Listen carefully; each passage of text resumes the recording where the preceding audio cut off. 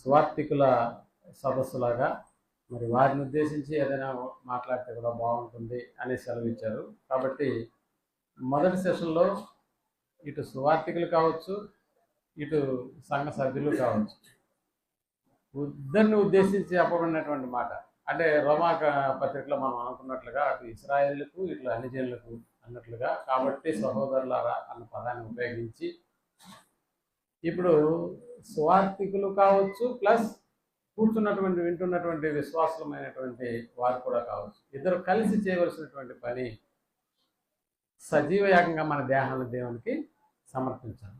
మరి ఇప్పుడు ఒక ప్రత్యేకమైనటువంటి విషయాన్ని గురించి మనం మాట్లాడుకున్నాం. ఇవ్వబడినటువంటి సమయం నిజంగా నాకు చాలా తక్కువే, అయినా కూడా నేను 1:10 కల్లా క్లోజ్ చేయమన్నారు. అయినా నేను దాని గురించి ప్రయత్నం చేస్తాను. ఎందుకంటే సమయం చాలా ముఖ్యమైనటువంటిది, అంతకంటే విలువైనటువంటిది. అందుకని ఇప్పుడు మళ్ళీ చక్కగా సువార్థికులను ఉద్దేశించి లేకపోతే బోధకులను ఉద్దేశించి కొన్ని మాటలు మనం మాట్లాడుకుంటాం. మనకు తెలుసు కదా, ప్రతి నెల మీరు ఇక్కడ చాలా చక్కగా కూడుకొని ఈ రీతిగా దేవుని యొక్క మాటల ద్వారా హెచ్చరికలు పొందుతూ దైనందిన జీవితాన్ని మరికొంచెం మెరుగుపరుచుకుంటూ మీరు వెళ్తూ ఉన్నారు ముందుకు. కాబట్టి ఈ చక్కటి సంగతులు మన ఆత్మీయ ఎదుగుదలకు ఎంతగానో ఉపయోగపడాలని దేవుడు మిమ్మల్ని దీవించాలని కోరుకుంటూ ఉన్నాను. అయితే ఇక్కడ సువార్థికుల సదస్సు లేకపోతే సువార్థికులను ఉద్దేశించి దేవుడు ఏ సంగతులైనా రాయించాడా అంటే రాయించాడు. నేను చెప్పినట్లుగా మొదట్లో ప్రతి సందర్భాన్ని గురించినటువంటి విషయాలు దైవ గ్రంథంలో మనకి కనిపిస్తూ ఉంటాయి. ప్రతి సందర్భాన్ని గురించి, ప్రతి దాని విషయాన్ని గురించి కూడా బైబిల్ గ్రంథం మనకి నేర్పిస్తుంది. ఎందుకంటే మనకు తెలుసు, ప్రపంచములో దేవుని వాక్యము వలన నిర్మాణమైనవని అన్న సంగతి హెబ్రీ గ్రంథంలో మనకి వస్తుంది. అంటే ప్రపంచంలో ఉన్న ఏ సంగతిని గురించి అయినా మనం మాట్లాడుకోదలిసినప్పుడు అది దైవ గ్రంథాన్ని మనం ముందు పెట్టుకొని మాట్లాడితే చాలా చక్కగా ఉంటుందన్న సంగతి. అందుకనే మీకు బోధిస్తున్నటువంటి ఏ సంగతినైనా కూడా మా సొంత జ్ఞానంతో కాకుండా, అలాగని అతిశయంతో కాకుండా, దేవుని యొక్క మాటలు ఉన్నది ఉన్నట్లుగా దానికి సంబంధించినటువంటి ప్రతి రెఫరెన్స్ను కూడా మనం కోట్ చేసుకుంటూ చాలా చక్కటి భావాలతో దీన్ని మనం నేర్చుకుంటూ ఉన్నాం. అందుకని బైబిల్ని నేర్చుకునేటటువంటి పద్ధతి అరచి కాకుండా అర్థమయ్యేటట్లుగా మాట్లాడుకోవడం అనేటటువంటిది చాలా ముఖ్యమైనటువంటి సంగతి. సో ఇప్పుడు మనం మాట్లాడుకోబోయేటటువంటిది ఎస్పెషలీ సువార్థికులను గురించి మనం హెచ్చరిక చేయబోతూ ఉన్నాం. మరి అందులో భాగంగా మనకు తెలుసు, చాలాసార్లు కూడా ఇప్పుడు మనకు తెలుసు యుద్ధం అనేటటువంటి వాతావరణం మొదలైంది. ఆల్రెడీ యుద్ధం జరుగుతూ ఉంది అని అనుకోక తప్పదు. సో ఇలాంటి అత్యవసరమైనటువంటి పరిస్థితులు ఏర్పాటు చేయబడినప్పుడు ముఖ్యమైనటువంటి వాళ్ళ యొక్క సమావేశం జరుగుతుంది. అంటే ఉదాహరణకి ప్రధానమంత్రి, ఆయనతో పాటు పనిచేసేటటువంటి సహమంత్రులు, వాళ్ళ యొక్క సమావేశం అంటే ఎమర్జెన్సీ మీటింగ్ అనమాట.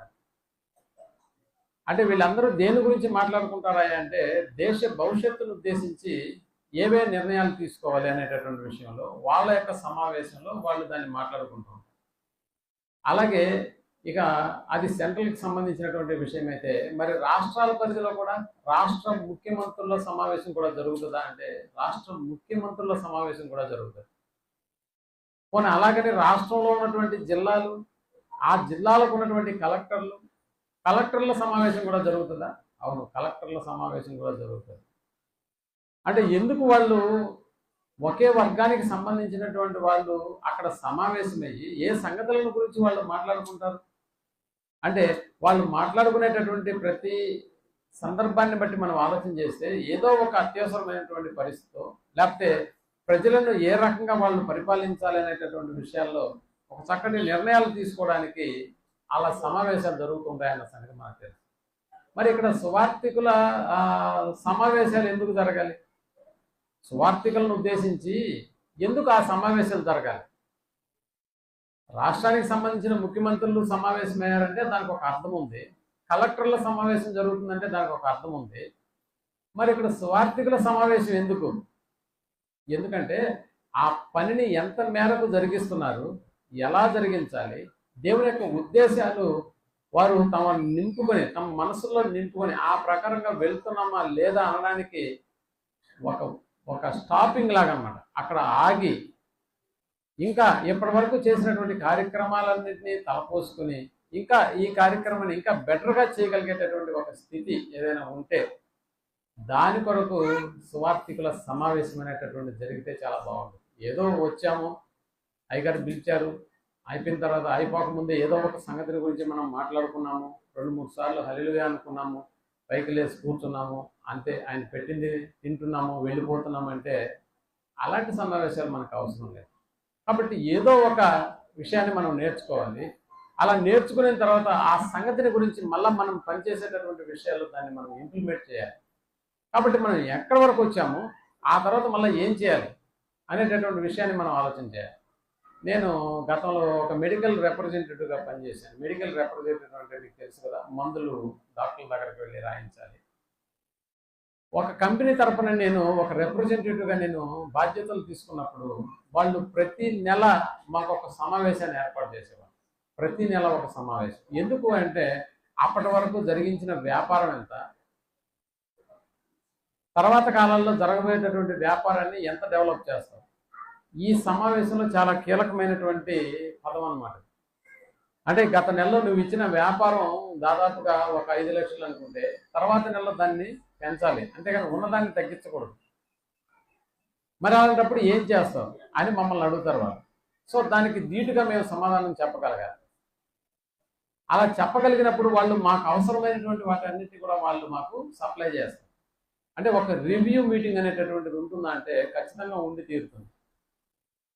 కాబట్టి ఎలా బిజినెస్ వ్యాపారంలో మనం ఎలాగైతే మనం దాన్ని ముందుకు తీసుకెళ్లాలో అనేటటువంటి సమావేశంలో మనం మాట్లాడుకుంటాం. ఈ వ్యాపారాన్ని ఎలా ముందుకు సాగించాలి, ఎలా డెవలప్ చేయాలి. సో ఇక్కడ సువార్థికుల సమావేశం అన్నప్పుడు ఇక్కడ కూడా మనకు ఒక బిజినెస్, ఏంటా బిజినెస్ అంటే ఆత్మల రక్షణ. ఈ నెలలో ఎంతమంది ఆత్మలను మనం కొత్త వారిని చేర్చుకున్నాం, మరి ఎంత దూరం ఉంది, దాని యొక్క ప్రోగ్రెస్ ఏంటి, ఏ ఏ ప్రాంతాలకు వెళ్ళి సువార్తను ప్రకటించారు, అక్కడ ప్రజల యొక్క స్పందన ఎలాగుంది, ఇలాంటి వాటి విషయంలో మనం చక్కగా ఓ లెక్క అనేటటువంటిది వేసుకుని తీరాలి. అంటే దీన్ని బట్టి లోక సంబంధమైనటువంటి సమావేశాల కంటే ఆత్మ సంబంధమైనటువంటి ఈ సమావేశాలకే మనం ప్రాధాన్యతను ఎక్కువ ఇవ్వాలి, ముఖ్యంగా సువార్థికుల యొక్క సదస్సులు. కాబట్టి ఎక్కడ లోటుగా ఉందో వాటిని మనం భర్తీ చేసుకోవడానికి ఈ ప్రయత్నాన్ని మనం కొనసాగించాలి. మీరు అప్పుడప్పుడు కూడా చూడండి, ప్రైవేట్ ఉద్యోగం చేసేటటువంటి వాళ్ళకు కూడా కొన్ని మీటింగ్స్ ఏర్పాటు చేస్తూ ఉంటారు. అంటే ప్రైవేట్ ఉద్యోగం, ఉదాహరణకి ప్రైవేట్ స్కూల్లో చదువుతున్నటువంటి టీచర్లకు అయితేనేమి, ప్రైవేట్ ఉద్యోగం చేస్తున్నటువంటి ఉద్యోగస్తులకు అయితేనేమి, అంటే తమ యొక్క పనిని ఇంకా నాణ్యతాయుతంగా ఎంత బాగా చేయాలనడానికి. ఉదాహరణకి నాకు ఒక కారు ఉంది కదా, ఆ కార్ని నేను సర్వీస్కి ఇచ్చినప్పుడు అది ప్రైవేట్ కంపెనీయే. సర్వీస్కి ఇచ్చి నేను ఎప్పుడైతే దాన్ని మళ్ళీ ఇంటికి తీసుకొచ్చి పెట్టానో రోజు మార్చి రోజు ఒక ఆవిడ కాల్ చేస్తుంది. ఒక ఆవిడనే కాదు, డ్యూటీకి ఎక్కిన ప్రతి ఆవిడ ఆ నెంబర్కి కాల్ చేస్తుంది. అప్పుడు నేను ఆయనతో మాట్లాడాను, ఎందుకమ్మా మీరు మాటికి ఫోన్ చేసి మమ్మల్ని ఎందుకు ఇబ్బంది పెట్టాలి, అలా కాదు సార్, రివ్యూ కావాలి మాకు, అంటే మీ ఫీడ్బ్యాక్ కావాలి మాకు. ఎందుకు అంత వాళ్ళు ఫాలోఅప్ చేస్తున్నారంటే మళ్ళీ ఆ కార్ తీసుకెళ్ళి ఎక్కడ ప్రైవేట్గా నేను దాన్ని బాగు చేస్తానేమోనన్న ఆలోచనతో వాళ్ళు పదే పదే అంటే ఫాలోఅప్ చేస్తూ ఉంటారా? అవును, ఇది ప్రైవేటు ఉద్యోగస్తులు అటువంటి కార్యక్రమం. మరి ప్రభుత్వ ఉద్యోగస్తుల పరిస్థితి, వాళ్ళు చేసినా చేయకపోయినా ప్రభుత్వం ఎలాగో వాళ్ళకి రావాల్సినటువంటి జీతాలను ఇచ్చేస్తుంటుంది. కాబట్టి పెద్దగా రివ్యూస్ అవసరం లేకపోవచ్చు. కానీ ఇక్కడ ఇటు ప్రైవేటు ఉద్యోగస్తులని కాకుండా ఇప్పుడు ప్రభు పని చేసేటటువంటి వాళ్ళమైనటువంటి మనకు, ముఖ్యంగా సువార్థికులకు, అది ప్రైవేట్ ఉద్యోగం కాదు, అలాగని ప్రభుత్వ ఉద్యోగం కూడా కాదు. మరి ఏ ఉద్యోగం అయ్యా ఇది అని అంటే ప్రభు సేవ అని మనం అనుకోవాలి. దేవుని సేవ. అందుకని ఇప్పుడు ఇక్కడ ఉన్నటువంటి సువార్థికులు ఎవరైతే ఉన్నారో, సో వాళ్ళంతా ఎవరు అని అంటే పైన ఉన్నటువంటి పరలోకానికి భూమి మీద ఉన్నటువంటి మనుషులకు ఒక మధ్యవర్తులు లాంటి వాళ్ళు. ఒకనాడు యేసు ప్రభుల వారైతే పరలోకం నుంచి దిగి వచ్చాడు, పరలోకపు సంగతులను మనుషులమైనటువంటి మన మధ్య ఏం చేశాడంటే మన మధ్య జరుగుతున్నటువంటి వాటిని తీసుకుని మనకు బోధించినటువంటి సంగతులు. అందుకని ఆయన బోధన విధానం ఎలా ఉంటుందంటే పరలోకంలో ఉన్నటువంటి సంగతులు మనకు అర్థం అవ్వాలి అని అంటే ముందుగా భూలోక సంబంధమైన విషయాలు మీకు అర్థం అవ్వాలి అన్నారు. ఒకసారి మనం యోహాను రాసిన సువార్త 12వ అధ్యాయం యేసు ప్రభుల వారి యొక్క బోధన అంటే పరలోకాన్ని గురించి ఆయన మనుషులకు పరిచయం చేయడానికి ఆయన మాట్లాడుతున్నటువంటి మాటలు మనం అర్థం చేసుకున్నప్పుడు చక్కటి మాటలతో అక్కడ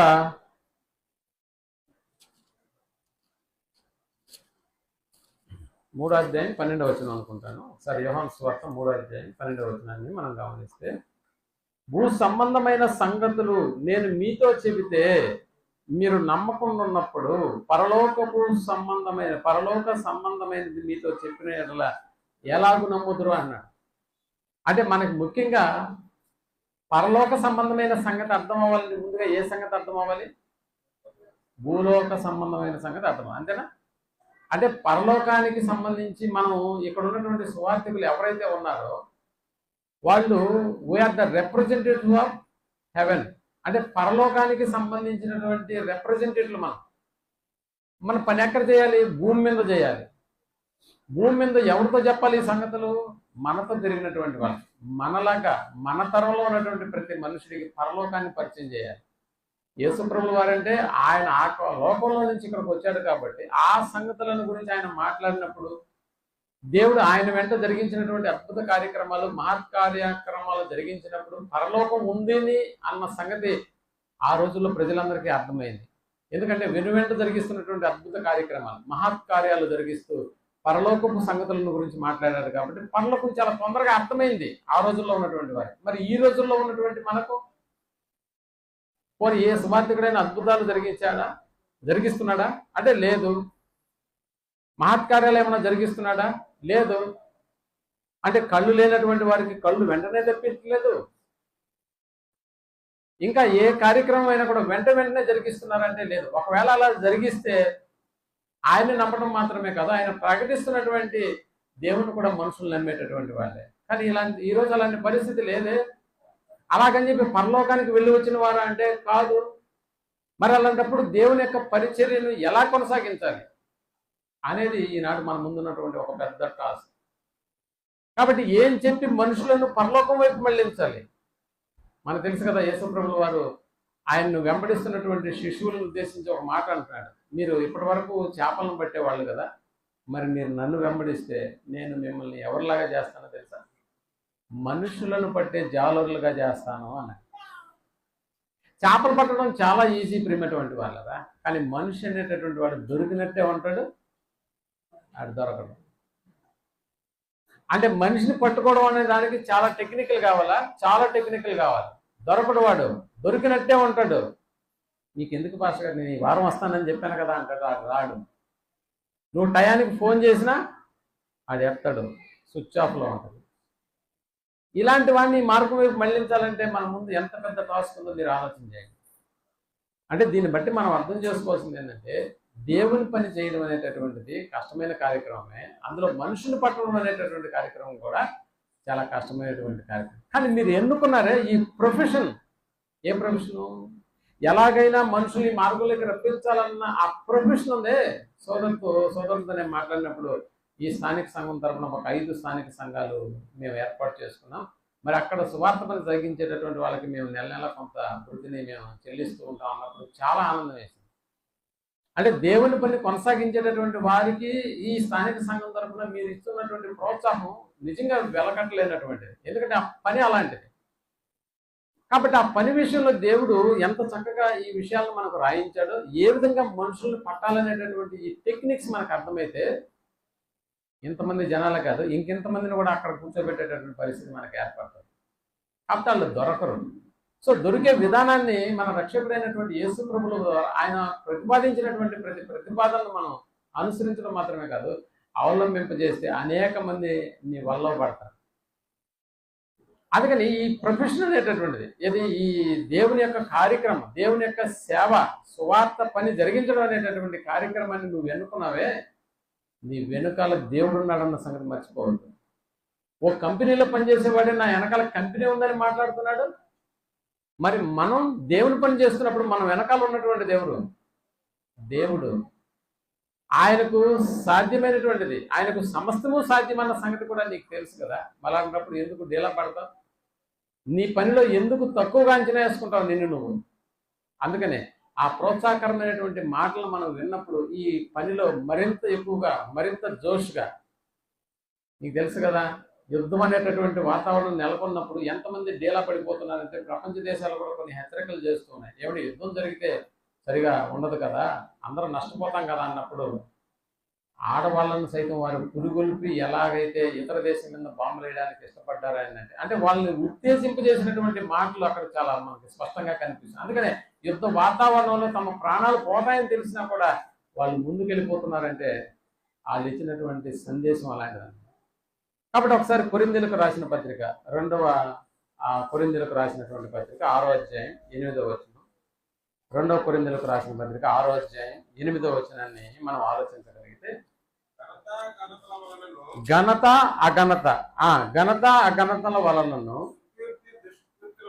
సుకీర్తి దుష్కీర్తుల వలనను, అదిగో ఎవరంట, దేవుని పరిచారకులు, దేవుని పరిచారకులమై ఉండి అన్ని స్థితులలో మమ్మను మేమే మెప్పించుకొని చూస్తున్నాము అన్నాడు. అంటే మేము ఎవరమంటే దేవుని పరిచారకులము. దేవుని పరిచారకులం అంటే దేవునికి సంబంధించినటువంటి ప్రతి పనిని భూమి మీద జరిగించడానికి, ఆ పరిచర్యను కొనసాగించడానికి నియమించబడినటువంటి వారము అని ఎంత గొప్పగా చెప్తున్నాడు పౌలు గారు.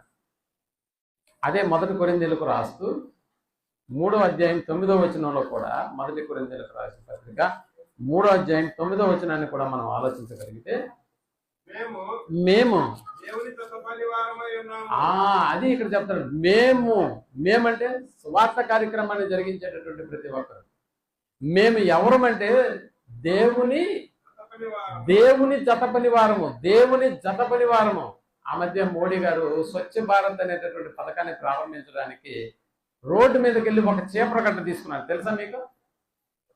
రోడ్డు ఊడ్చే చీపురగడ్డ తీసుకున్నాడు. మరి ఎవరిది? ఆల్రెడీ రోజు ఊడుస్తున్నటువంటి వాడి దగ్గరికి వెళ్ళి ఒక చీపురగడ్డ తీసుకొని ఫోటో తీసుకుంటాడేమో తప్ప, నిజంగా అక్కడ ఆ రోజు ఆయనతో ఊడ్చేటటువంటి వాళ్ళందరూ కూడా ఆ పనిని కొనసాగిస్తున్నటువంటి వాళ్ళే. అప్పుడు వాళ్ళు ఎలా ఫీల్ అయి ఉంటారంటే, ఈరోజు మోడీ గారు మాతో కలిసి ఏం చేశాడు? పని చేశాడు, మాతో కలిసి ఊడ్చాడు, మాలాగా చీపర పట్టాడు, మాలాగా అంతా పోగుదు. బహుశా ఆయన ఫోటోల కోసం దిగుండి వచ్చేమో, కానీ అక్కడ పనిచేస్తున్నటువంటి వాళ్ళ యొక్క వైఖరి ఎలాగుందంటే మాతో కలిసి పనిచేశాడు. ఒక ఉన్నతమైనటువంటి స్థితిలో ఉన్నవాడు ఒక లో స్థాయి ప్రజల్లోకి వచ్చి పనిచేసేటటువంటి పరిస్థితిని గమనించినప్పుడు అక్కడ వాళ్ళు చాలా they feel very happy, proud, చాలా గర్విస్తున్నారు. బట్ ఇక్కడ అలా కాదు. మేము దేవుని జత పని వారం అంటాడు పౌలు గారు.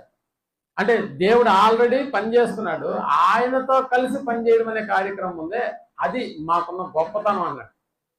ఒక ప్రైవేట్ ఉద్యోగి ఆ సంస్థను బట్టి పనిచేస్తాడేమో కానీ, ఒక ప్రభుత్వ ఉద్యోగి ప్రభుత్వాన్ని బట్టి పనిచేస్తాడేమో కానీ, ఒక ప్రభు ఉద్యోగి మాత్రం ఎవరిని బట్టి పనిచేయాలో తెలుసా?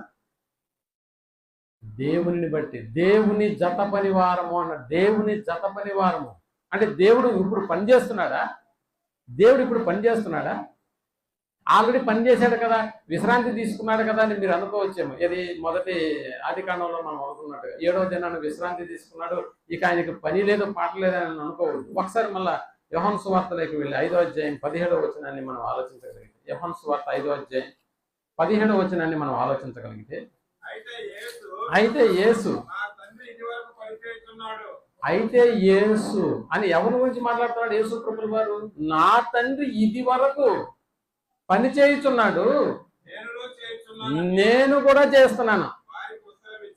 అంటే నా తండ్రి అంటే అందరికీ తండ్రి అయినటువంటి దేవుడు పని చేస్తున్నాడు, నేను పని చేస్తున్నాను. ఇప్పుడు మా ఇద్దరితో కలిసి పనిచేయాల్సిన బాధ్యత ఎవరికి ఉంది? దేవుని సేవకులమనియు మేము దేవుని జత పని వారమని నువ్వు ఎంచుకున్నావే ఈ ప్రొఫెషన్. ఏ ప్రొఫెషన్ ఇది? మనుషులను ఈ మార్గంలోకి తీసుకొచ్చేటటువంటి ప్రొఫెషన్. అందుకనే మేము దేవుని జత పని వారు అనేటటువంటి పదాన్ని అక్కడ ఉపయోగిస్తున్నాం. అంటే తండ్రి అయినట్టు దేవుడు పని చేస్తున్నాడా? అవును. పని చేస్తున్నప్పుడు ఇప్పుడు జత పని వారు కావాలా? అవును. ఖచ్చితంగా దేవునికి జత పని వారు కావాలనేటటువంటి విషయాన్ని మనకు అర్థమవుతుంది. అందుకనే దేవుడు ఈ సృష్టిని నిర్మించేటప్పుడు నరుని నిర్మించాడు. అందుకు అవసరమైనటువంటి వాటన్నిటిని నరుడికి నాకు సోదరులు చెప్పారు. మనకు అవసరమైనటువంటి ప్రతిదీ కూడా దేవుడు ఈ సృష్టిలో భాగాన్ని చేశాడు. అయితే అన్నిటినీ తేరగా అనుభవించినటువంటి మనిషి ఆ తర్వాత కాలంలో దేవుడి నుంచి దూరం అయిపోయాడు అన్న సంగతి మనకు బాగా తెలుసు. దూరం అయిపోయినాడా అంటే దూరం అయిపోయాడు. అందుకని అలా దూరం అయిపోయినటువంటి మనిషిని కూడా మరలా తన దగ్గరకు తీసుకొచ్చేదానికి దేవుడు ఎప్పటికీ పనిచేస్తున్నాడు అన్న సంగతి మనకు అర్థమైతే, అలా దూరం అయిపోయినటువంటి మన గ్రామంలో, మన ఇంట్లో, మన చుట్టుపక్కల పరిసర ప్రాంతాల్లో, నిజంగా చెప్పాలంటే మన తరంలో దూరం అయిపోయినటువంటి ప్రతి మనిషిని కూడా ఈరోజు దేవుని ఎంతకు చేర్చవలసినటువంటి బాధ్యతను మనం కలిగి ఉంటాం. ఇది ఒక్కరికి మాత్రమే సంబంధించింది కాదు, ఇది అందరికీ సంబంధించింది. ఎస్పెషల్గా ఎప్పుడు కూడా స్వార్థికులు అనేటటువంటి వాళ్ళు ఈ పనిలో ఎక్కువగా వాడబడుతుంటారు. కాబట్టి వారిని ఉద్దేశించి మాత్రమే కాదు, అందరికీ సంబంధించినటువంటి బాధ్యతల గురించి ఇక్కడ మనం మాట్లాడుకోవాలి. అందుకని మనకు తెలుసు, పాత నిబంధన గ్రంథంలో నోవహు జలప్రళయాన్ని దేవుడు నిజంగా నోవహు ద్వారా అక్కడ జలప్రళయంలో ప్రతి మనుషుడు నశించిపోకూడదని 120 సంవత్సరాలు ఏది ఓడ నిర్మాణం పూర్తయ్యేంత వరకు అందరికీ రక్షణ సువార్తను ప్రకటించాడా? దేని నుంచి రక్షణ పొందడానికి? జలప్రళయం నుండి రక్షించబడ్డానికి 120 సంవత్సరాలు ఎంత ప్రయాసపడి ఉంటాడో మీరు ఆలోచించండి. 120 సంవత్సరాలు పూర్తయింది. ఇంకా చెప్పాలంటే ఆ ఓడలోకి ప్రవేశించినటువంటి వాళ్ళు ఎవరంటే ఆ ఓడ నిర్మాణం చేసుకున్నటువంటి వాళ్ళే. అంటే నోవాహు, అతని భార్య, 3 కొడుకులు, వాళ్ళ భార్యలు. అంటే నోవాహు గారి కోడలు. నిజంగా చెప్పాలంటే నోవాహు గారి కోడలకు అమ్మా నాన్న లేదా వాళ్ళ? అది మరి వాళ్ళు కూడా ఎందుకు రాలేదు ఇందులోకి? ఎలాగైనా బంధువులే కదా, కుమార్తెలు ఇచ్చినటువంటి బంధువులు, కుమార్తెలు ఇచ్చినటువంటి తల్లిదండ్రులు కూడా ఆ ఊళ్ళకి ఎందుకు రాలేదు? చూసారా? అంటే ఎంత దూరంగా మనుషులు బ్రతుకుతున్నారు. ఒక జలప్రళయం, ఒక విపత్తు రాబోతుందని 120 సంవత్సరాలు ప్రకటించినటువంటి నోవాహు మాటను కూడా మనుషులు పెడచెవిన పెట్టేసినారు. ఆ తర్వాత అరిసి గొగ్గోలు పెట్టుకున్నా కూడా తలుపులు తెరవబడలేదన్న సంగతి మనకు అర్థమైపోయింది. ఇక ఆ తర్వాత మనకు తెలుసు, అంటే ఒక రక్షకుడిగా ఆ రోజుల్లో నోవాహు గారిని దేవుడు ఏర్పాటు చేసినాడా? అవును. జలప్రళయం నుండి ప్రతి మనుషుని రక్షించడానికి దేవుడు నోవాహును ఒక రక్షకుడిగా ఏర్పాటు చేశాడు. ఇంకా ఆ తర్వాత కాలం మనకు తెలుసు, ఇక అబ్రహాము, ఇస్సాకు, యాకోబు, ఆ తర్వాత వచ్చినటువంటి ఇస్రాయేల్లో నుంచి నిజంగా వాళ్ళు బానిసత్వపు బ్రతుకులు, ఐగుప్తు దేశంలో వాళ్ళు బతుకుతున్నటువంటి ఆ బ్రతుకును ఉద్దేశించి, అక్కడ వారు పడుతున్నటువంటి బాధలను ఉద్దేశించి కూడా అక్కడ వాళ్ళు దేవునికి మొరపెట్టినప్పుడు అక్కడ వాళ్ళ కొరకు దేవుడు మళ్ళీ ఎవరిని ఏర్పాటు చేసినాడు? అక్కడ మోషే అనేటటువంటి ఆయన్ను ఏర్పాటు చేశాడు. సో మోషేని ఎందుకు ఇక్కడ ఏర్పాటు చేసినాడు అన్న సంగతిని మనం ఒకసారి మనం జ్ఞాపకంలోకి తెచ్చుకుంటే, ఒకసారి మనం ఇదే విషయాన్ని గురించి అపోస్తుల కార్యంలో 7వ అధ్యాయంలో స్టెఫన్ గారు ఆ మోషేని గురించి చక్కటి మాట మనకి ఒక స్టేట్మెంట్ రూపంలో ఇస్తున్నాడు. 7వ అధ్యాయము 25వ వచనం, అపోస్తుల కార్యం 7వ అధ్యాయం 25వ వచనంలో, తన ద్వారా తన సహోదరులకు దేవుడు ఏం చేస్తున్నాడంట? రక్షణ దయచేయుచున్న సంగతి అన్నాడు. అంటే స్టెఫన్ గారు ఎవరి గురించి మాట్లాడుతున్నాడు? ఇశ్రాయేల్ అందరిని గురించి, మోషే వారికి నాయకుడిగా ఏర్పాటు చేసినటువంటి ఆ దినాన్ని గురించి మాట్లాడుతూ తన ఎవరి ద్వారా 25వ వచనం మళ్ళా చదవం. తన ద్వారా అంటే ఎవరి ద్వారా? మోషే ద్వారా దేవుడు తన సహోదరులకు రక్షణ దయచేయుచున్న సంగతి వారు గ్రహింతురని అతడు తలంచెను, కానీ వారు గ్రహింపరైరి. అంటే ఇప్పుడు తర్వాత తరంలో, ఒక తరంలో నోవాహును దేవుడు రక్షకుడిగా ఏర్పాటు చేశాడు, అది జలప్రళయాన్ని రక్షించడానికి. మరి మోషే కాలానికి వచ్చేసేటప్పటికి తన సహోదరులను రక్షింపడానికి మోషేను దేవుడు నియమించుకున్నట్టుగా ఇక్కడ ఒక రక్షకుడుగా కూడా మోషే మనకు కనిపిస్తున్నాడు అంటే అవును, కనిపిస్తున్నాడు. ఇక ఆ తర్వాత కాలాన్ని మనం ఒక్కొక్క తరాన్ని మనం వెనక్కి అలా ముందుకు వెళ్ళిపోతూ ఉన్నప్పుడు తరాలన్నీ వెళ్తున్నాయి కానీ దేవుని గురించినటువంటి మాటలు చెప్పేటటువంటి వాళ్ళకి కరువు అయిపోయారు. అందుకని న్యాయాధిపతుల గ్రంథంలోకి వచ్చినప్పుడు 2వ అధ్యాయం 10వ వచనంలో, న్యాయాధిపతుల గ్రంథం 2వ అధ్యాయం 10వ వచనంలో, ఆ తరము వారందరూ తమ పితరుల యొద్దకు చేర్చుకొనబడిరి, వారి తరువాత అదిగో యెహోవానైనను ఆయన ఇశ్రాయేలు కొరకు చేసిన కార్యములనైనను ఎరుగని తరం ఒకటి పుట్టింది. ఎరగనటువంటి వాళ్ళు వచ్చేసినారా?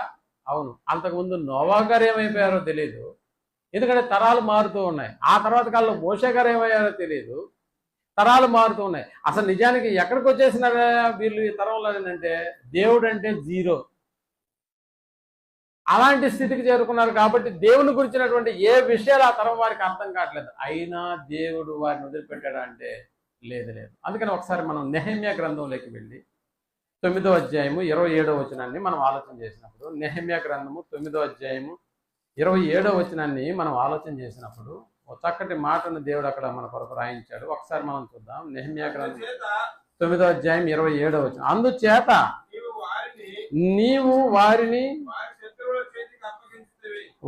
వారి శత్రువుల చేతికి అప్పగించితివి, ఆ శత్రువులు వారిని బాధింపగా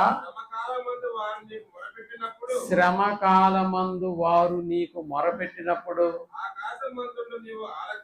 ఆకాశమందుండు నీవు ఆలకించి అదిగో వారి శత్రువుల చేతిలో నుండి వారిని తప్పించుటకై నీ కృపా సంపత్తిని బట్టి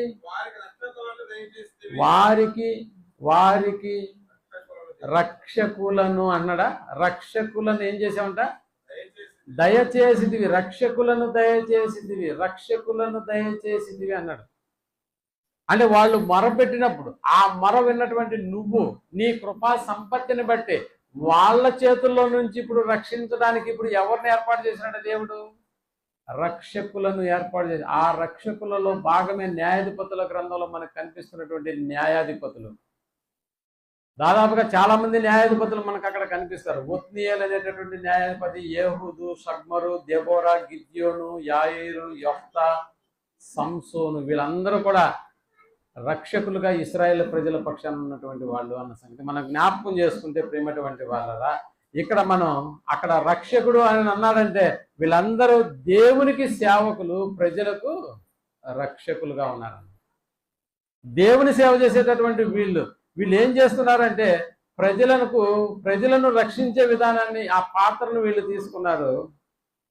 దేవునికి సేవ చేస్తారు అంటే దేవుని యొక్క పనిని బట్టి, దేవుడు ఆదేశించినటువంటి ఆదేశాలను బట్టి ప్రజలకు ఎలాగున్నారు వీళ్ళందరూ అంటే రక్షకులుగా ఉన్నారు.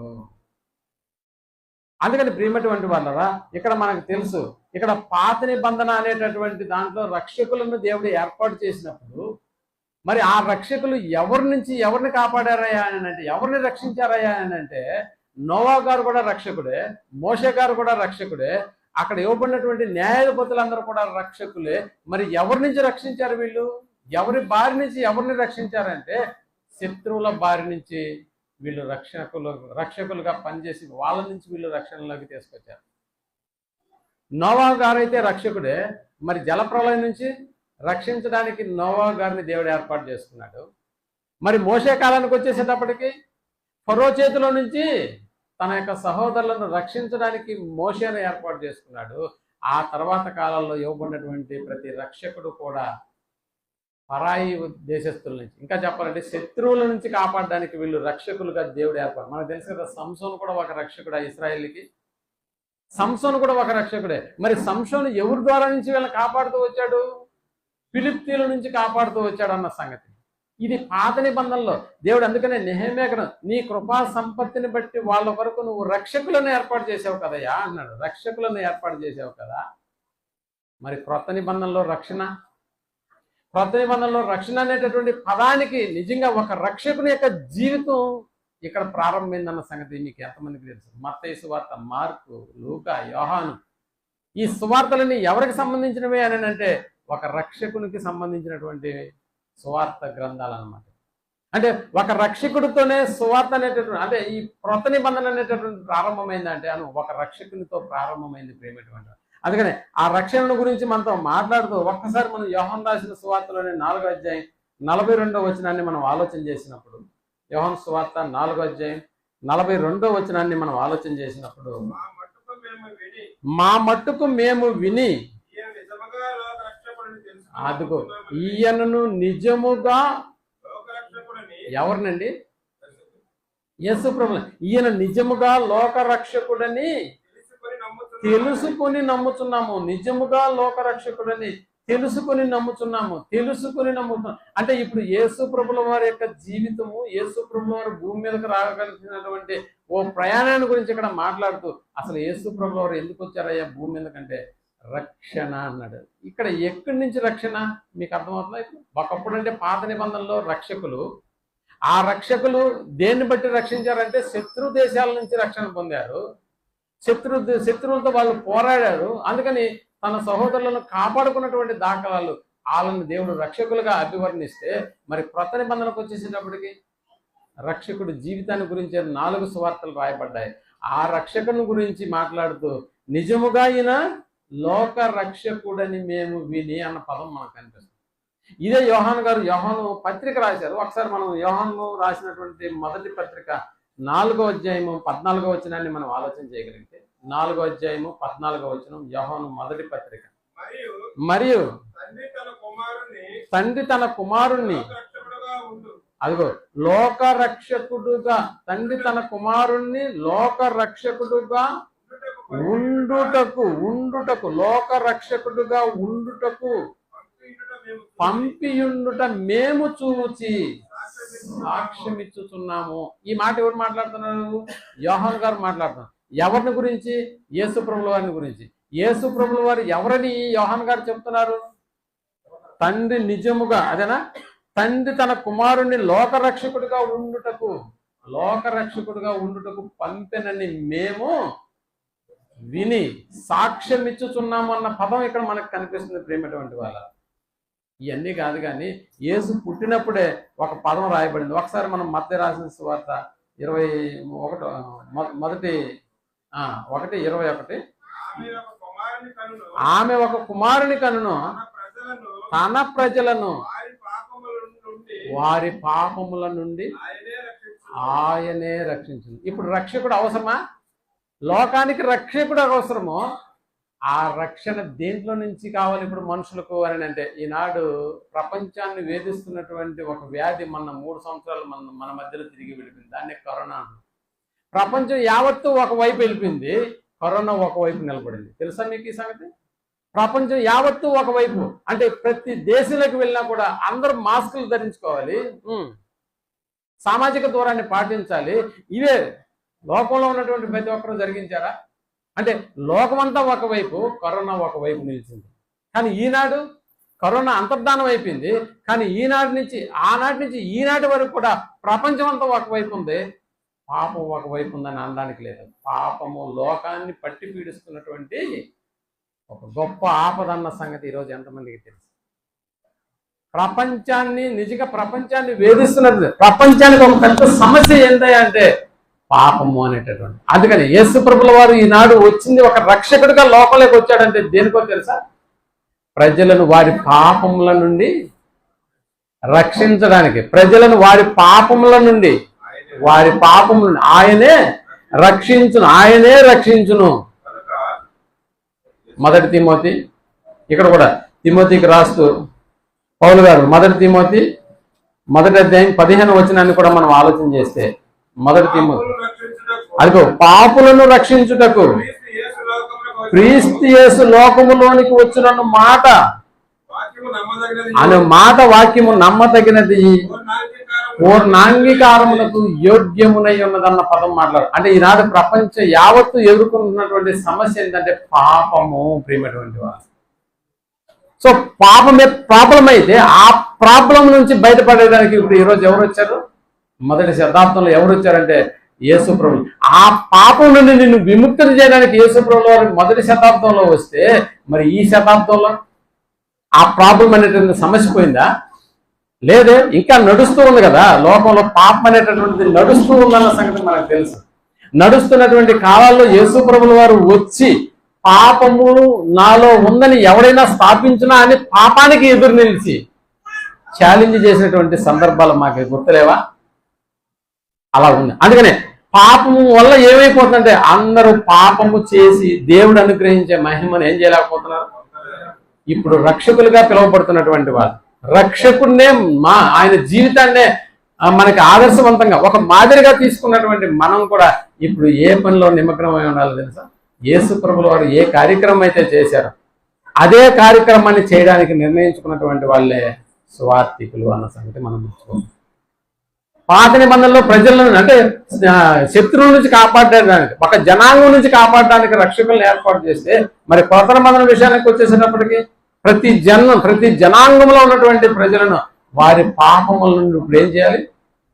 రక్షించాలి. ఇదే మన ముందున్నటువంటి పెద్ద సమస్య ప్రేమటువంటి వారు.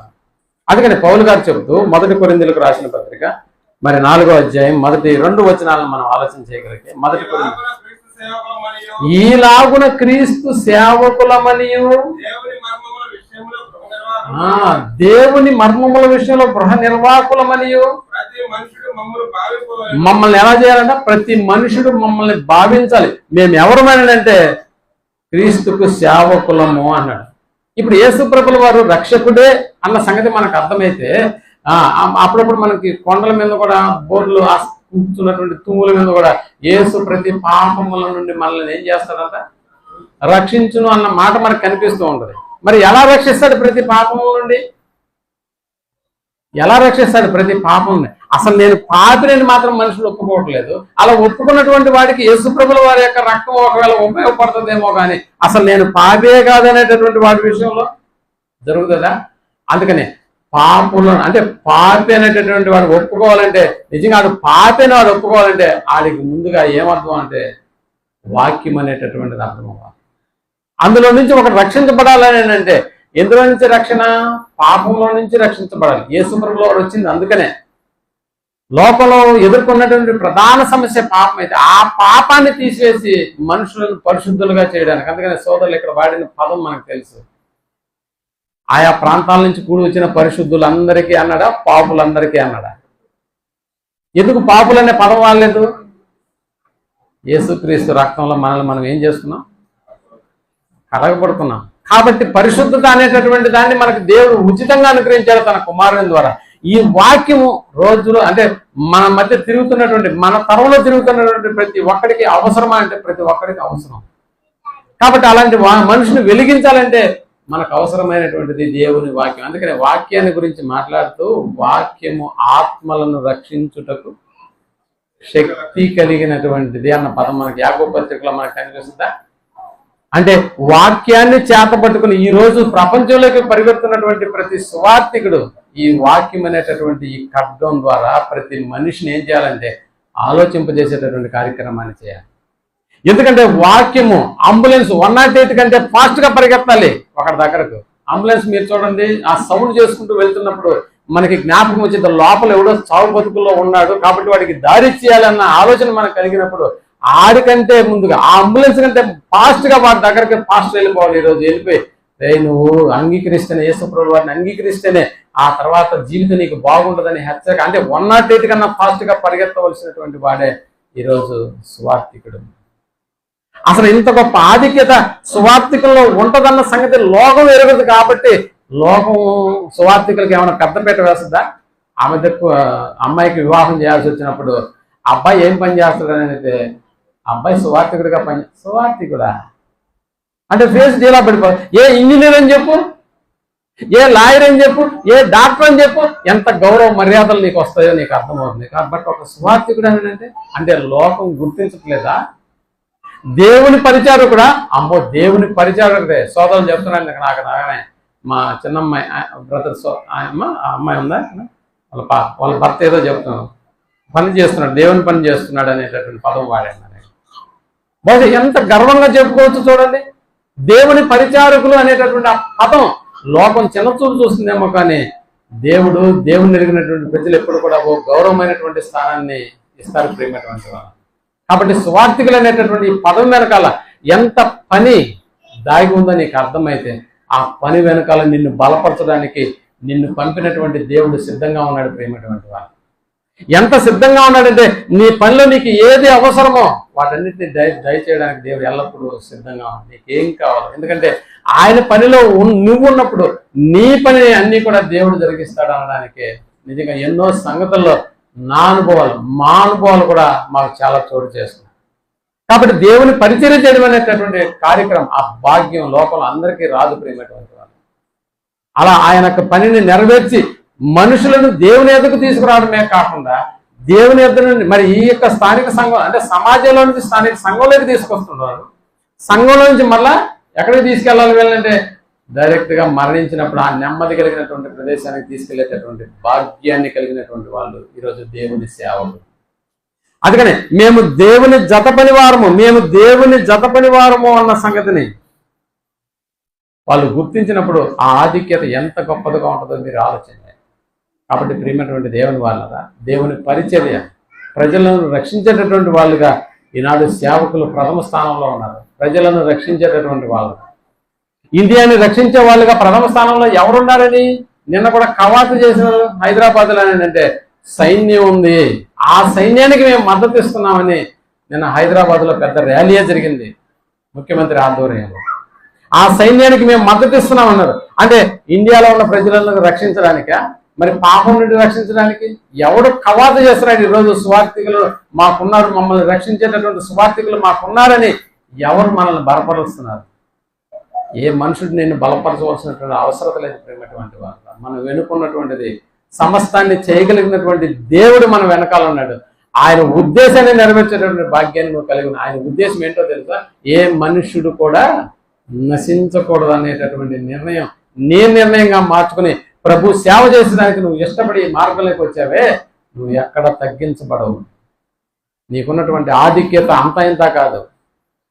ప్రభు నిన్ను మెచ్చుకునేటటువంటి వాడుగా ఓ గొప్పవాడి స్థానంలో దేవుడు నిన్ను నిలబెట్టబోతున్నాడు. కాబట్టి మనం చేయవలసినటువంటి బాధ్యత నమ్మకము సామర్థ్యం కలిగి ఒక గృహ నిర్వాహకుల మలే ఈ కార్యక్రమాన్ని మనం జరిగించడానికి ఎల్లప్పుడూ సిద్ధపడి ముందుకు సాగిపోవాలని స్వార్థికులను ఉద్దేశించి ఈ మాటలు తెలియజేస్తూ ఈ కొద్ది మాటలు నేను ముగిస్తున్నాను. ప్రార్థన చేసుకున్నాం, సమయం అయిపోయింది.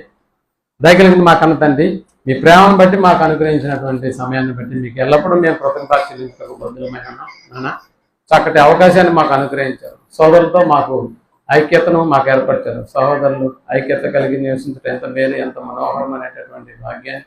అందులో భాగంగానే సహోదరుల కోరిక మేరకు వారు ఆహ్వానించినటువంటి ఆహ్వానం మేరకు వారు మాతో చూపించినటువంటి ప్రేమను బట్టి మిమ్మల్ని కొనియాడుతూ స్థానిక సంఘ సభ్యులుగా నీ ముందు ఇదిగో స్థానిక సంఘం ముందు నిల్చున్నటువంటి ప్రతి బిడ్డను మీరు దీవించాల్సింది మీ కృపలో బలపరుచున్నారు. ఇంకా అనేక కార్యక్రమాలు నీ బిడ్డలు జరిగించలాగిన సహాయం చేసి నడిపించున్నారు. ఇక్కడ కూర్చున్నటువంటి వారు విన్నటువంటి వాక్యాలను తమ హృదయాల్లో బదులుపరుచుకొని అనేకులకు రక్షించడానికి, అనేకులకు ఈ మాటలు చెప్పడానికి తమ మనసులను సిద్ధం చేసుకుని వాటిలో ముద్రించుకొని మీ కృపకు పాత్రలు అవునట్లుగా నీ బిడ్డలు వారు చేస్తున్నటువంటి పనిని దీవించాల్సింది మీ కృపలో బలపరచమని, పిల్లలను దీవించి ఆశీర్వదించమని, మా సహోదరులు సమాధాన రాజు ప్రజలు మీరు దీవించాల్సి నాయన ఇదిగో ఆయనకు జరిగినటువంటి కంటి ఆపరేషన్ విషయంలో మీరు చేసినటువంటి సహాయాన్ని బట్టి మీ కృతజ్ఞత చెల్లిస్తూ కుటుంబాన్ని జ్ఞాపకం చేసుకోమని, ఇచ్చిన గర్భఫలాలైన బిడ్డలను బట్టి వారికి ఆయుష్ ఆరోగ్యాన్ని దయచేయమని కోరుకుంటున్నాం. చేరువచ్చిన నీ బిడ్డలందరినీ బట్టి మరోసారి జ్ఞాపకంలోకి తెచ్చుకోవాలి. మళ్ళా మీ చిత్తం అయితే మేము కలుసుకుని మీ ఉన్నతమైనటువంటి జ్ఞానయుక్తమైనటువంటి మీ మాటలు పంచుకునే భాగ్యాన్ని మాటలు దయచేయమని కోరుకుంటూ ఈ ప్రార్థనను మా రక్షకుడును మీ ప్రియకు మాడైనటువంటి యేసు ప్రభువు వారి నామంలో ప్రార్థించి అడిగి వేడుకుంటున్నాం తండ్రి. ఆమేన్. అందరికీ వందనాలు.